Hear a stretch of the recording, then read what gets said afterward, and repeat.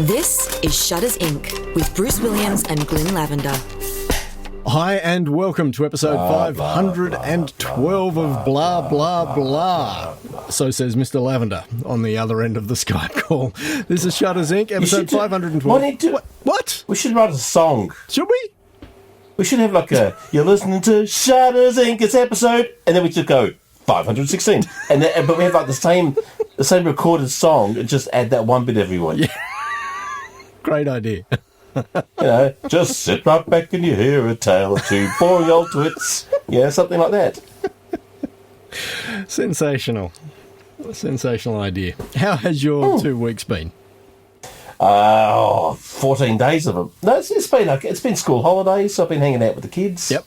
Dad jokes are plenty on Facebook. Oh, dad jokes on Facebook. Last one tomorrow, so I have to try and look up a goodie and, it's last day of school holidays tomorrow. I don't know. Yarn eventful. Nothing much has happened. Yeah.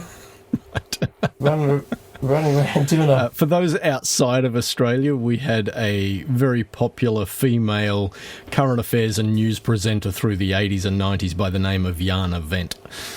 Yes, so it was all yarn eventful. Yes. No, I don't think. I think zero's happened. Right. In 2 weeks, other than family stuff, which is of no interest to anybody. Yep. It's borderline interest of me. Right. But then interest in myself. I've just scrolled through the only photos I've taken have been on my phone, so I'm just scrolling through my phone. Right. To see if there's anything even remotely interesting there that we've done, and lo and behold, no, there isn't. No. Right. There's nothing. There's nothing interesting at all. We did go to the National Gallery the other day and saw some kids exhibit that, again, you say, this is so basic. How is this art? Right. Then it's just simple little line drawings, like stick figure people kind of thing. Oh, okay. And the woman I was with, she said, well, how is this art? And I said, it's really quite simple, actually. They thought to do it, and we didn't. Yeah. Fair enough. Maybe that's what the saviour of photography is thinking to do something that no one else has done, and then actually going and doing it. Yeah, it's Dunsky, Yeah. So maybe. Anyway, that's it. No, so I've got many photos of little mini muffins and little stuff on my phone. So that's not interesting. That's what happens when mini muffins. Are you referring to your daughters, or have you been cooking? No. This week bought ones, but my bloody daughters, they take photos of stuff, Right. and it comes up. It shows up on my bloody my thingy, Right. Let's see. Talked to you since we went fossil hunting, didn't I? Yes, we did talk about your fossil hunting expedition. That's the only good thing. That's the interesting thing's happened in the last 3 weeks. Then, right. Rather sad.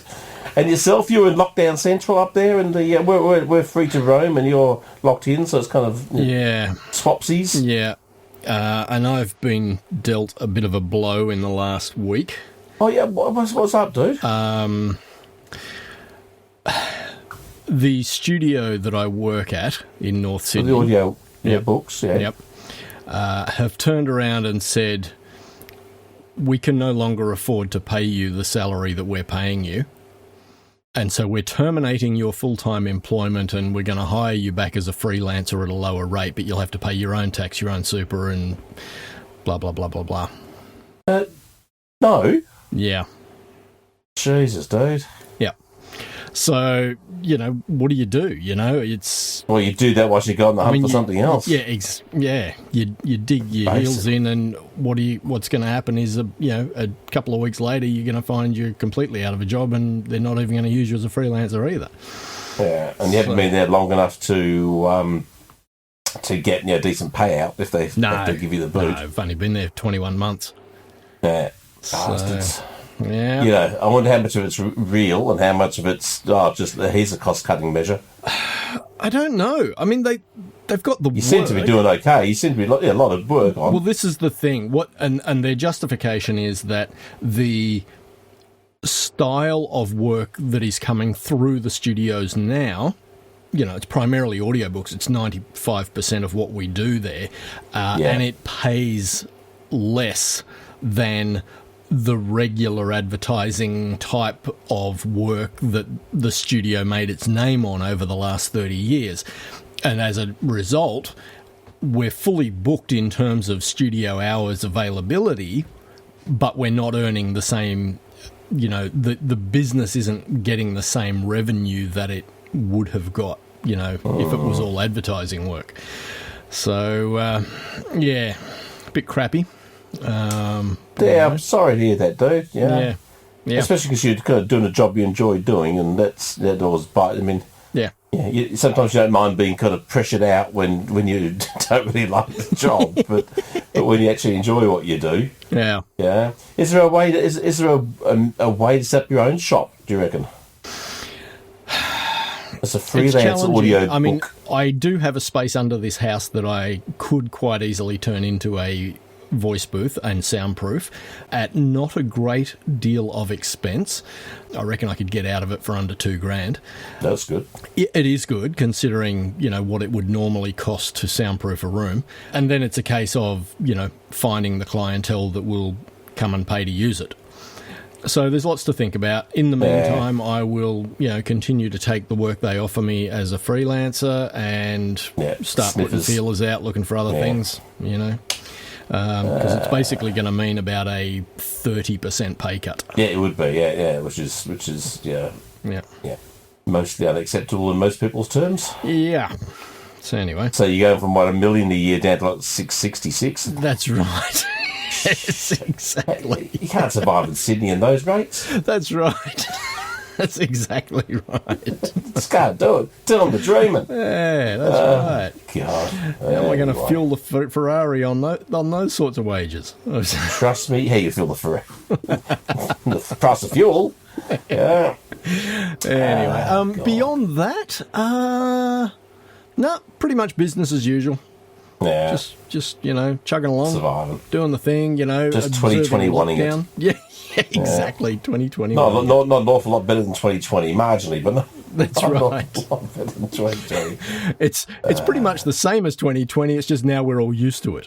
Yeah, that's the difference. That's part of it, isn't it? Whilst I remember. Actually getting onto the topic of this talking tonight, for our American listeners and also our Australian or other country ones, on August the 4th, US August the 4th, not Australian August the 4th, US August the 4th at 5 p.m. Texas time. I don't know what that is. Central? I have no idea. But anyway, at 5 p.m. Texas time on August the 4th, US Day, August the 4th. This will be August the 5th here. I'm doing a talk for, can't remember the name of them, Fort Worth Camera. Excellent. And here's, it's a bit of a twist. Yeah. It's dad jokes and photos. Nice. Not necessarily. I don't know how I'm going to mix those two things together and make it cohesive and interesting and not fall completely flat in its face. Where in the contract does it say it has to be cohesive? I tell you, it's got to have some merit, Fort Worth Camera, So I've got to say, of all because the camera world's tough these days, has been for many years. But of all the camera stores in all the world, you had to walk into mine. Is that what you're going to say? Fort Worth Camera is a really, really happening place. It's a really, because they use the terms still these days. Yeah. It's a great store. I've never been there. I just watch what they do all the time. Right. So they have a fairly active social media presence? I don't know. I've never looked. I love how you're invested in these contracts. I've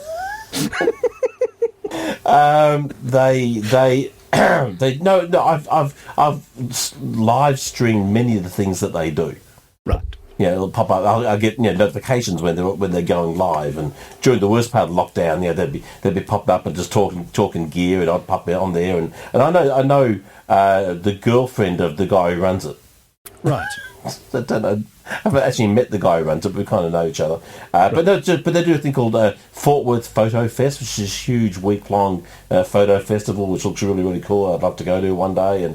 But my point there is there's very few stores out there that are actively out there doing stuff really well with their customers. Yeah, right. And trying to push it, not just selling but learning. And so if you are within that region of the world and wanting to buy gear, then I would definitely give them a try. Yeah, cool. Yeah, but certainly, do the talk. No idea what it's going to be like, and no idea when I'm going to get time to make it up. So dad jokes and photos. There we go. Fantastic. Done my plug. My plug. Fantastic. Excellent. The one thing that I forgot to put on the rundown, so I'm going to mention it first before I forget it, is that last week Darktable moved from version 3.6 to 3.8. Hey, that's my first thing I'm going to talk about. Hey, Darktable update. Yes! I'm so glad you noticed. That's what I wrote, and I'll just leave it to you to talk for 10 minutes whilst I play gin, and then I'll go, every now and then. Okay? Yeah. Mm-hmm. So, whole new release of Darktable with a whole bunch of updated bits and pieces. New import dialog box that has the some added functionality that it never used to have. A new module that does censoring, so it's called the Sensorize module. Yeah, look, there's a couple of videos that some bloke put up on YouTube that are probably worth watching, give you all the updates on what's new in 3.8. And along the way, the developers have now basically made it official that from here on out, there will be 2 stable releases each year, one mid-year and one on Christmas Day as per the old regime. So, there you go. You can stop humming now. Sorry? You can stop. Darktable, do you say, releases? Darktable. They should call them Darktable. The releases should be Darktable release. Why? If it's a stable. Oh, it's a stable release. Nice. Do you know, there's a news report down here in Melbourne yesterday. There was a man who swallowed 6 plastic horses. Toy horses had to get sent to hospital. Apparently, he's in a stable condition. Boom, boom. There's your dad joke. So I'm trying to work out how to get the dad jokes into. Actually, I've got a horse photo. What you do is you incorporate into your little camera talk a little bit about equine photography, and then I've got a photo of a horse. There you go. Yeah, I'll put the horse up. I'll tell the joke. And then you can throw that little nugget in behind it and. And I sanitised it because in the real version, he put him up his ass. Yeah, so I think my version might go down better. Well, maybe not go down better, but you know what I mean. So, with your Darktable, so I was thinking about that when I saw that it updated it and went no further. But your videos that you do, do you just talk about the features? Or do you actually edit photos live? I've tried to stay away from editing photos in the episodes that I do for the Barnacles, that is the free YouTube audience. Right. I try and keep my workflow videos where I actually edit a photo for my Patreon supporters. Now, I have once or twice deviated off that, and I have done a couple of workflow videos that are on the free content side of things.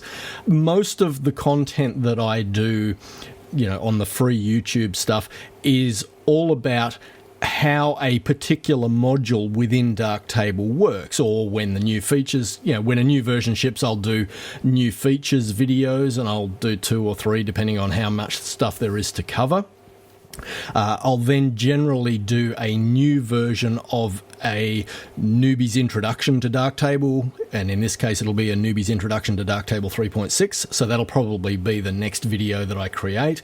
And I'll, just a variation on all of those things, and then, like I said, quite often a video that is dedicated to one particular module within Darktable. And particularly when a new module is introduced, which happens with pretty much every single release, there's at least one new module. So, I usually have to do a fair bit of research to get my head around what the new module is, what it's designed to do, how you use it, what the various parameters are intended to achieve, and I usually demonstrate that on a sample image, that sort of stuff. So, yeah. So you should try doing some Patreon sneak peeks.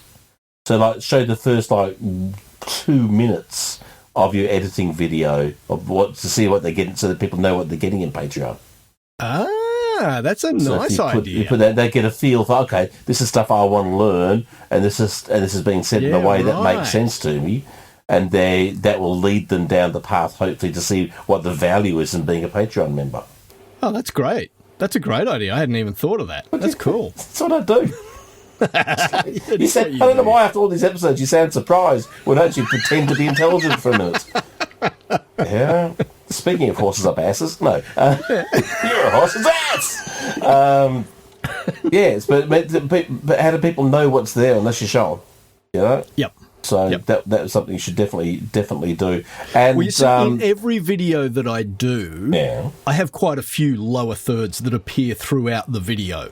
And one of those lower thirds is always if you're really enjoying what I'm doing, consider supporting me on Patreon, and Patreon members get, access to these videos earlier than everyone on YouTube. Woohoo, and they get access to I know, and they get access to a bunch of other videos that are Patreon only. So there is that mention in every episode, but that's not. I like your idea. It's a visual sell, dude. You got to do the visual sell.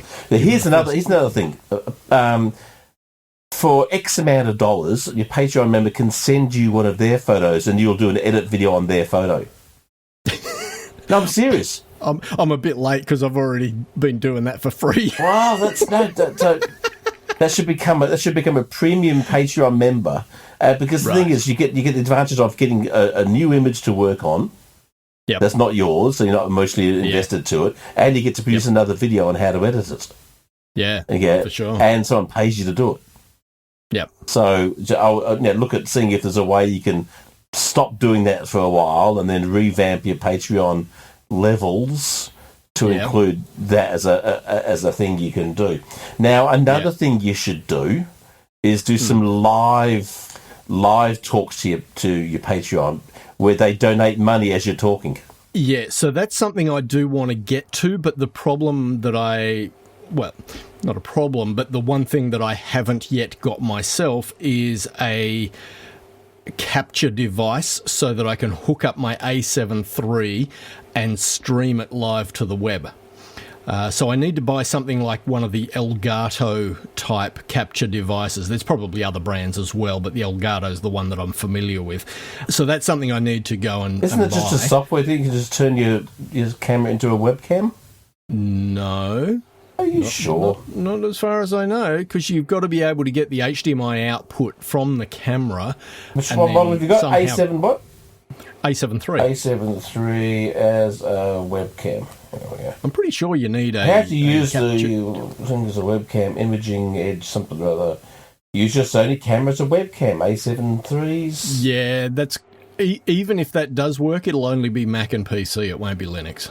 Yeah, see, there you have a... See, that's where once again you backed yourself into stupid corner. No. Because now you've got to go buy stuff to use your free stuff. Yeah. Nah. You should buy... How much are these capture devices? Couple of $100. So go buy an $80 second-hand buddy laptop. Well, I could go and buy just a cheapy webcam. One that just plugs in via USB. But you won't get the video quality. No, I was going to say, buy a cheap laptop. Windows laptop or something. just stream using that. Oh, I see. Connect your A7 to that. But I watch some of these videos and people are donating $15, $20, $30 whilst they're talking live, just over $5, $2, $10. And I've sat there and watched one guy, he talked for like an hour and a half, he would have racked in $800-900. Seriously? Yeah, seriously. People are appreciating what's being done and willing to say, well, thank you, that was really good, I got some good stuff out of it. Wow. Yeah, so it's definitely, if you're reducing your income involuntarily, yes, there's an opportunity maybe to once a month go live and have a donate button down there that people can send you cash. Yeah, right. I know Joe Edelman does the whole super chat thing on YouTube, so I might have to have a yarn with him and go, hey, absolutely, help me get this set up. Do tell me if you're mad if you don't, because find when you're self-employed like you and I, well, you're about to be, I already am, you've got to find as many income streams as possible. That's right. And if you can do that and once a month, an hour and a half of your time, you get paid a week's wage. Yeah. That's really good, yeah. And I would definitely look at revamping your Patreon to have that. I'll edit your and promote it on your normal channel. Yeah. That you edit that, for this. You should do a video on your Patreon things, not just a little mention down the bottom third or whatever. Actually, do a release that talks about this is why I do it and this is what I do, and we do these live chats, and actually put out a video that explains the whole thing to them and why you have this other level. Yeah, right. Yeah, you never know how many followers you got. I've got just over 10,200 subscribers. You're like a pregnant woman or a new mum. Oh, how old's this little one? Oh, 14 days. 17 days. 2 weeks. He's 7 weeks. He's about 2 months. How many followers do you have, Bruce? About 10,000, mate. 10,172. Okay, how many Patreon members do you have? 50. Okay, so you want to work that percentage out, or do you want me to? The crazy thing is I earn more off those 50 patrons on Patreon than I do off YouTube revenue. Absolutely. So what if you could turn that 50 into 200? Yeah. Yeah, and that's still only 2%. Yeah. Of your followers. Yeah. So, that should be, if you're adding value and your videos are getting, there's no reason why you couldn't. Yeah, go watch some videos on it and see, because I reckon without an awful lot of effort, you could easily replace that lost revenue. Yeah, right. Yeah, and by doing something once again that guess what you enjoy doing. Yeah, absolutely. Yeah, that's not a bad thing, is it? And God forbid, what would happen if it actually started making more money than your real job? That'd be awesome. There you go. Yeah, push it, dude. You've got it. You've got something that's got enough followers, enough interest to start to maybe help you even increment somewhat incrementally and give it a shot. Yeah. But definitely get on the blower to Joe and get him to see if you can even if you earn just $200 a month extra. Yeah, it's $200 you didn't have, and exactly. And it will build more followers. Yeah, definitely. So, and if you do those things, you could do those talks live. Yep. To all 10,000 rather than to your 50 Patreons. Yeah. Because 50, even if they all put $2 in each, it's only $100. But if you get 800 people watching, and they all put in $1 each, all of a sudden you get $800. So wow. Milk it. So there you go. There you are. That's my business course for that. I wish I could make myself money like I make other people money. I tell you. If I wasn't so lazy, I reckon I could make money, Bruce. I really do. If only someone would pay you for your power naps. So I was talking about one of my things as well on here. This is new ArcSoft program. Sorry, ACDC, not ArcSoft. Program called Gemstone coming out to replace Photoshop and that bloody Darktable that some people keep trying to make money out of. And it looks pretty good too. So if you don't want your free Darktable, you don't want to pay subscription for... Now, ACDC used to make a thumbnail viewer, if I remember correctly. Do they? I'll just look at them. I'll just hold my hand to my face and there they are. Am I right? Is it the same company? Oh, I can't remember. I think you're right. I know they've done a ton of stuff over the years. But the ACDC have got that going on. Anyway. Was Irfan View theirs? Or was that somebody else's? I ever would have known. You assume I'm involved in this industry. Okay. So you Photo Studio you assume a certain level of care that I just don't have. You would think after all these episodes I would know. Horse's ass again. Okay, so what are we going to talk about? Okay, so Carl Hemmings sent us a little thing. And for those who don't know, Carl Hemmings loves riding his push bike. He said, "Hi guys, this could be interesting for you, or not. Listen to an interview of famous cycling racing photographer Graham Watson talking about his 40-year career of following pro cycling riders on the back of a motorbike." So I will put that link in the show notes for those of you who like your push bikes and want to hear a story about a guy talking about his 40-year career shooting bikes. That's a long career. It is. That's a good whack. David Marland sent us a story, and he said, Disability Photography Group providing the tools to share a new perspective. This was on abc.net.au. But it is a really cool thing. I mean, anyway, that if you have trouble expressing yourself, as I was so clearly doing just then, not being able to get a word out of my mouth, but if you have trouble expressing yourself, using a visual medium like photography could be a really good thing, you know? Sure. Interesting, though. I'll have a look at that. Yeah. That means I haven't so far. Paul Sutton. By the way, when I say stuff like that, do you keep that in the episode? Bits and pieces. Okay. If I feel it's relevant, I'll leave it in. If I think we can live without it, I'll cut it out. Everything I say is relevant, including everything. Don't cut this bit out. This bit's important. Keep going. They'll never know, mate. I'll never know. I'm not going to listen to it. Paul Sutton sent us a whole bunch of stories. The first one is about Lexar developing SD Express and micro SD Express cards, a format not yet supported by any camera. And he said, creating a new standard all by themselves. And thank you to Glenn and I for all the good work. Keep it up. Strange that you think the memory card business is pretty low margin profit stuff, you'd imagine. I would have thought. It sells for so bloody cheap. Now, why would you go out and invent a new format that nobody's asking for, or nobody can actually go out and once you've invented it, start using it?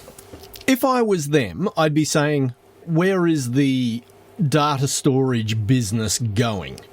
And as much as you and I will say, don't be hung up on the megapixels, the reality is that the manufacturers are still trying to cram more pixels onto a sensor with every new released body, and the consumers keep on lusting after them when they appear on the market. So it stands to reason that over time, sensors are going to get bigger, file sizes are going to get larger, and therefore we're going to need more storage capacity in camera, and we're going to need faster read and write speeds to those memory devices in camera. So if you're a manufacturer like Lexar, you want to be skating to where the puck is going to be, not where the puck is now. So that's my theory on why you would come up with a new format like this. I agree. If you build it, they will come. Is that what you're saying? Well, I'm saying it's going to get built whether we need it or not, and so they're providing the mortar that holds it all together. I just think I get, but the cost to be sitting and aided research and development, and then sit on it for who knows how many years until the supply. But do you think that they will? Do you really think they will sit on it? Yes. I mean, it seems to me that once it's marketable and it works, they will release it. How many cameras use CFast? Okay, so they'll release it, but there's no products to use it. Yeah. How many cameras use CFast? I don't. Everyone knows CFast is far better than anything else. I don't know. Bugger all! It's the best. It's the best. It's currently the best card format and the fastest card format out there at the moment. Yeah, but Sony don't use it. I cannot believe that a company like Lexar, and it could be SanDisk, it could be Kingston, it wouldn't matter who we were talking about. Exactly. I can't believe that they would develop these products in isolation without talking to the camera manufacturers. You make a bet? So, it would surprise me. That would be relying on logic in this industry sometimes. Have you seen some of the cameras they've released over the years? But look, I think it's interesting. I just think, it's a hell of a lot of expense to sit on in the hope that you'll get a return. Because what if someone comes to do with a breakthrough that's significantly better in the 2 or 3 years it's going to take before anyone considers taking up? Remember, people are so far down. People are so far down the. But what if you can't afford to? Lexar's already been out of business once. Yeah. Yeah, not that long ago. If you remember, it was 2 years ago. But like I said, you got to skate to where the puck's going to be, not where the puck's at now. I mean, Microsoft did the same thing with the releases of Windows. You know, they would release Windows 98, Windows 2000, long before the hardware was capable of actually running the operating system at a decent spec. you know, because they knew that the hardware would catch up to what the operating system required. What if you're chasing the puck and everyone else is playing cricket? Well, then you're pucked. Exactly. Yeah, you made a fucking big mistake. And that's what I'm saying. I mean, you take it. Yeah, you can write it off, but you could also, if you're putting all your eggs in one basket, you got to make sure that's a damn good basket to be in. Yeah, and there's lots of pucks. Since 2005, Shutters Inc. has been a labour of love. But beyond the time required to produce it, there is also a financial commitment. If you find value in the podcast and would like to help keep the servers running, hit up the Patreon link, which is in the show notes. Even a couple of dollars a month will help. Much appreciated. Now, back to the podcast. Next one from Paul is a bit of a community service announcement about the Western Digital My Book Live hard disk drive. They're basically saying disconnect this thing from the interwebs right frickin' now if you own one. Yeah. Yeah, it's probably too late now, yeah. I did hear about this a couple of weeks ago, but we didn't record last week. I don't know what the deal is. I know it's some sort of security vulnerability with the drive, but I'm not sure what the potential downside is. Are you across the story, Glenn? No, but I did see something today. Oh, here we go. In a statement to customers, Western Digital states that a malicious actor is behind the issue. Western Digital has determined that some, so not all, MyBook Live devices are being compromised by malicious software. In some cases, this compromise has led to a factory reset that appears to erase all data on the device. Yeah. That'll spoil your day. Yeah, anything using the OS3 operating system is where the problem lies. What's OS3? Well, that's the NAS. Oh, is that the operating system that the hard drive drive itself uses? So right, okay. So that seems to be where the problem is. And actually, no, the NAS boxes they have that run OS3 have a vulnerability that's similar to this problem with the MyBooks, and the company won't fix it.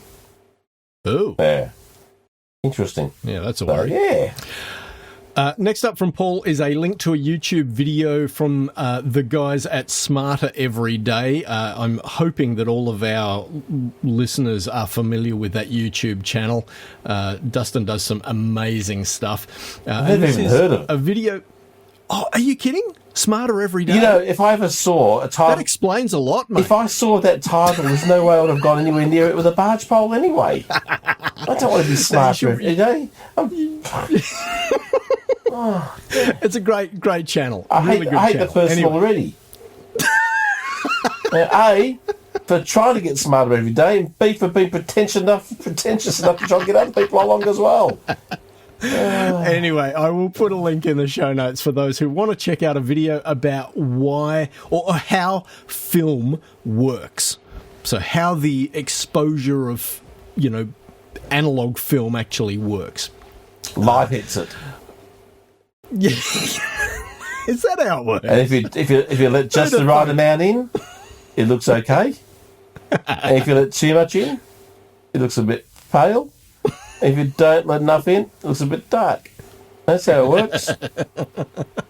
There you go. You don't need Smarter Every Day. You just need glint. If you develop it too short, you have similar problems.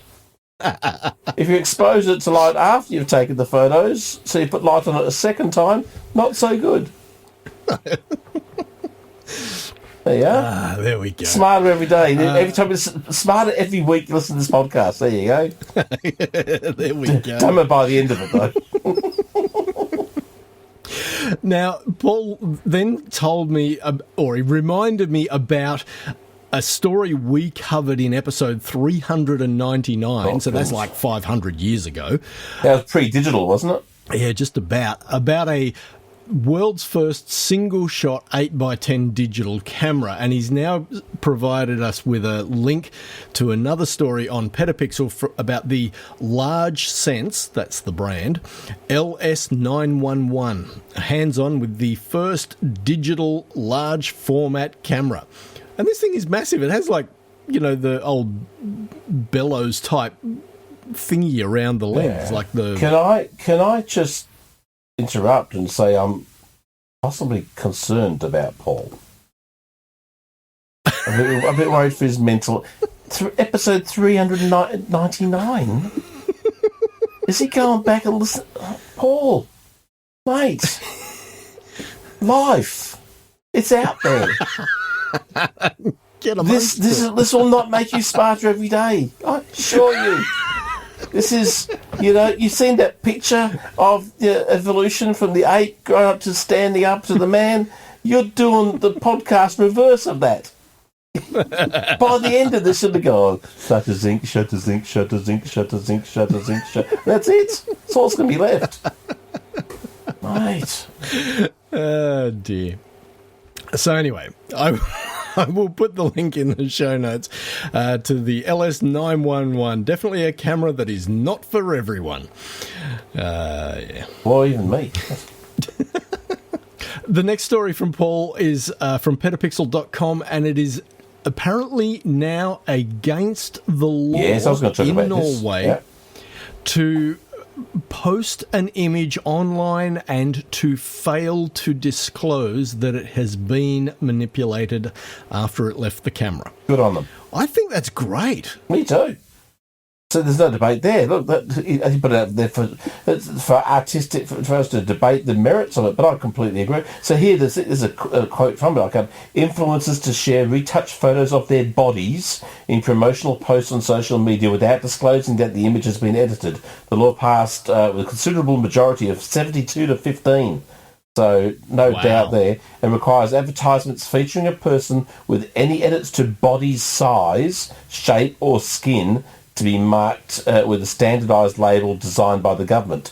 So it's like, we've got the Australian made, and now they'll probably have like Australian faked or something, little logo. Well, something. I mean, look at these Kardashian peoples. That when a couple of weeks ago, someone leaked the real version of one of their photos. And of course she looks nothing like the photo that was released to. Look how fabulous I look in this bikini. Well, I have no idea about it. But there's all these people aspiring to look like this person for whatever stupid up reason. And that person doesn't even look like that person. So the things that people do to themselves to try and get them, and of course the self-esteem issues and all that kind of stuff. Absolutely. If you're faking your body shape and not disclosing it, that's you can do it for artistic reasons. If you like, look at Dali. His body shapes weren't normal. But that's art. Look at a lot of art. Picasso. We're not talking much normality there, but that's not trying to portray this is what you should try and look like. No. The Kardashian folk and all those other people who, they're influencers, they're selling fake lifestyles, fake looks, fake everything, and trying to get people to think, I want to do that. And there's so little of it that's actually real that people... who knows how many people are killing themselves because they don't get as many likes as this influencer, or I don't look like them. I've done everything I can, I still don't look like them. I've spent all my money on plastic surgery, and I still can't afford to. And they don't even look like that. It's all just bullshit. So I 1,000% support Norway's decision to do that. But once again, though, within reason, it's like if you've removed a freckle. A friend of mine, her entire job used to be to remove facial hair from models in Photoshop. For Vogue and for all the big magazines. All day in, day out was to remove facial hair. Because one of the side effects of anorexia is the body puts on this kind of fur coating. Especially around the face and stuff. So her job was to remove it from all these super scrawny, skinny models. So so that would become very boring after a day. Can you imagine that after your first model? That I probably I don't know how I think about that. You imagine you're a young girl growing up, or a young guy. I don't know if guys get it as well. Let's say a young girl growing up, and she sees these runway models, and she wants to be like that runway model, so she starves herself 3/4 to death, finally starts getting that physique, and she starts growing hair all over her face. Yeah. But these pretty girls don't have hair on their face. Why me? What's that going to do to self-esteem? Yeah. So there's all this stuff. I mean, it's a completely screwed up world. The advertising marketing world is so completely screwed up anyway. Yeah. They're selling an unreality constantly. So I love the fact that they've done that. I think it's damn good. But I said, like anything, there's got to be boundaries. When is it okay to do? A la art. When is not anything to do with commercial attribution, which I think is what they've done. Anything to do with commercial attribution of images and people selling, and that's just as an influencer doing an iPhone shot of them wearing Brand X's bracelet or whatever. That should definitely be part of it as well. So any of that sort of usage. So maybe when I start wearing my Tamron hat and someone takes a photo of me, I'll have to put a disclaimer up. Yes, I really am that fat. That's not been altered. Because people will be going, hang on a sec, surely Glenn doesn't look like that. Maybe we have to go both directions, yeah? He's not wearing a fat suit, people. And the last one we're going to have from Paul this week is from F-Stoppers. And this was a link to a video, but there's also an article on F-Stoppers about how to take amazing bird photos. Oh. I know that without even reading the article. Do you? Yep. Do tell. Stand in front of amazing birds. There you go. You know that old adage, you'll take more interesting photos, stand in front of more interesting stuff. That's exactly it. How do you take photos of pretty women? Find a pretty woman. That's it. You find an ugly one? Photo's not going to do, unless you do the Photoshop, then you have to put the disclaimer up there from Norway. Yes. And that's it for me. What have you got? This photography instructor in the US has banned kit lenses from coming to her classes. A college photography instructor has banned them. I think that's a bit snooty, isn't it? Well, I'm thinking the same, and not everyone's at the same level of financial... Not everyone's ready to spend the money on primes. And she says, the 18 to 55 kit lenses that come with the entry-level crop sensor DSLRs are not, in capitals, not good quality, the syllabus states. You are a talented nut by this point to not compromise your image quality by using these subpar lenses. Well, you know what? I think she's missing the point. I agree too. That people are coming to you to learn how to take a photograph. Well, we don't know what level. We don't know what level she's teaching, so we'll give her. We're not saying it's necessarily introductory level class, so we don't know that. But the point is, if you're an instructor worth your salt, you should be able to teach someone whose only lens is an 18 to 55 kit lens on a crop sensor how to take a half-decent photo. She says, student work from this class has been licensed commercially as stock photography, whoopsie, but if you shoot with an 18-55 lens, you're putting your work at serious disadvantage quality-wise. But what if your whole aesthetic is like the David Hamilton soft porn of the 70s, it's all soft and diffuse? Yeah. You don't want to be using too sharp a lens because it makes it too hard. Also, that previous statement makes an assumption that every person who comes to do her course wants to sell their photography on a stock library. Exactly. And they don't. Exactly. And we're saying we don't know what the course syllabus is. No. But then and on this article they're going on, they put a whole bunch of links to people who do great stuff with their 18 to 55s. Yeah, I agree. I completely agree. Let people use whatever they want to use. Yeah. And if when it comes to marking their images, if their images aren't of a sharpness quality that's expected, then you mark them down on that image. But but if you're going to make a big thing about that particular style of lens, and when you come to marking the images that those students have provided, then you need to make allowances for the fact that, okay, they're using a kit lens and it's not as sharp as an L series lens. No. I would mark them down. Even when it's outside of their control? Well, it's not completely outside their control because they could find a way No, it's not. They can sell a kidney. How desperate are these people to be photographers, for God's sake? Two? Exactly. You need one. No. And look, get it checked. If it's working okay and there's no family history, You only need one eye to look through the viewfinder. For that matter, you only need one finger to press the button. Yeah. There's ways, that's what I'm saying, Bruce, you know? Yeah. But if you are, okay, let's say, we don't know what the actual point of the class is, but let's say they are trying to develop people to become working photographers. Yeah. Then I would say, okay, look, and I would have different categories for marking the images, and it'd be like concept out of 10, execution of said concept, blah, blah, blah, technical, and the technical to be a range of these things, and one of those would be clarity, sharpness, and that would there be marked down slightly, and that's giving an overall score that's diminished because of the gear. But the art and everything else is really good. The stuff that's important, the concept and the execution, that's the important stuff, not the technical.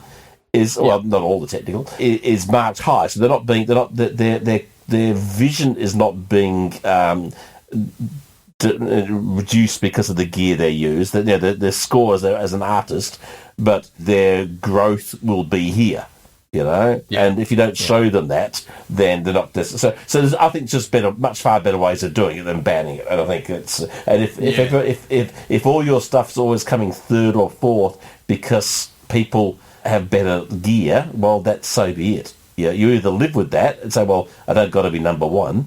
Yeah. I'm happy with everything else I'm doing. And when I finally get out and start making some money, I know where to improve my gear. But, not banning. The thing is that, you know, some of the people that go to do those courses are just mums with new babies. But once again, and we don't know what this course is. No, we don't. Yeah. But I'm just saying, like, not everybody wants to be, you know, the greatest photographer ever.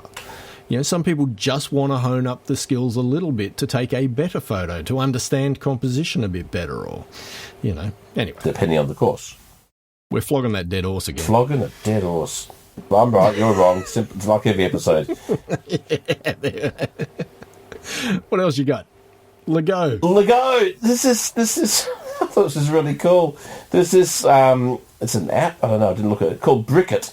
Brickit AI. Right. You can point your iPhone at a pile of Lego bricks, and it'll tell you stuff you can make out of it. How cool is that? That's awesome. I don't even have Lego, but I'm tempted to go and get some just to do that. Yeah, that's pretty. That is cool. It's pretty amazing. All these people who've got like just tons and tons of Lego. What a cool concept, you know! And it just scans and recognises all different shapes of bricks, and then comes up with all these ideas. I think it's a brilliant app. You know? That is phenomenal. And again, just showing what AI can do, you know, is incredible. And that's it. That's all I got. I finished on a non-photography thing. Sort of, yeah. I love that. I thought it was brilliant use of AI. Yeah, just brilliant. Totally. Yeah. And when you think that we are really on the bleeding edge of that technology, you know, where's it going to be 10 years from now? Scary to even think. Yeah. Yeah, totally. Fortunately, I'll be senile and it won't matter. But that's it. But by then you'll be able to tell the bot to go out and take the photos for you. But assuming I've actually got the capacity to talk. or the willingness to even issue the command. That's good stuff. Excellent, mate. Well, good to chat. You too, mate. Take care. Think seriously about those totally. those dark tables. I think there's a good opportunity there for you to really develop some good stuff, and it will only grow those 10,000 up, dude. You'll only keep pushing. You know, you're scraping the barrel though. You're scratching the surface. Kind of opposite ends of the spectrum, really. When you think about it, you're scratching you've obviously appealed to enough fools out there already. There's no saying you can't go on to get more. So that's it. Awesome. All right, mate. You have a good week. You too. Take care, everybody. See ya. You've been listening to Shutters Inc. For questions, comments, and feedback, email theboys@shuttersincpodcast.com.